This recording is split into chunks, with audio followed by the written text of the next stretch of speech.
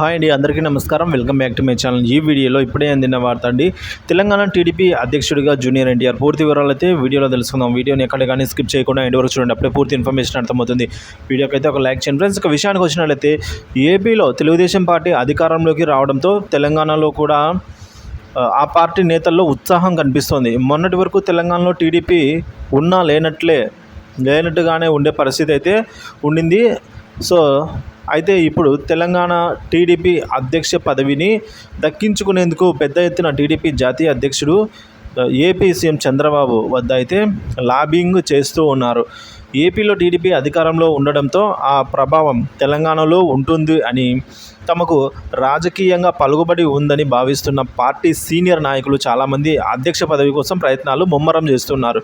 గత ఏడాది అక్టోబర్లో తెలంగాణ టీడీపీ అధ్యక్ష పదవికి కాసాని జ్ఞానేశ్వర్ రాజీనామా చేయడంతో అప్పటి నుంచి ఆ పోస్టు ఖాళీగానే ఉంది. దీంతో మొదటి నుంచి టీడీపీలోనే ఉంటూ ఆ పార్టీ కార్యక్రమాల్లో చురుగ్గా పాల్గొంటున్న నేతలు తమను చంద్రబాబు గుర్తిస్తారని, పదవి ఇస్తారని ఆశలైతే పెట్టుకున్నారు. ఇప్పటికే చంద్రబాబుతో పాటు లోకేష్, బాలకృష్ణ వంటి వారితో సంప్రదింపులు చేస్తూ వారి దృష్టిలో పడేందుకు ప్రయత్నాలు అయితే చేస్తున్నారు.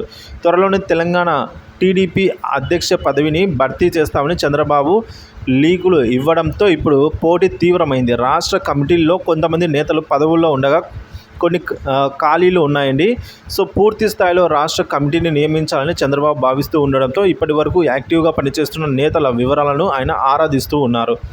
తెలంగాణ టీడీపీ అధ్యక్ష పదవికి పార్టీ ఉప అధ్యక్షుడిగా కొనసాగుతున్న సామ భూపాల్ రెడ్డి, అలాగే మాజీ ఎమ్మెల్యే కాట్రగండ ప్రసూన, మాజీ రాష్ట్ర అధ్యక్షుడు బక్కాని నరసింహులు, పార్టీ మహిళా అధ్యక్షురాలు భవనం షకీలా రెడ్డి, వీరి పేర్లు అయితే పరిశీలిస్తూ ఉన్నట్టుగా సమాచారం అండి.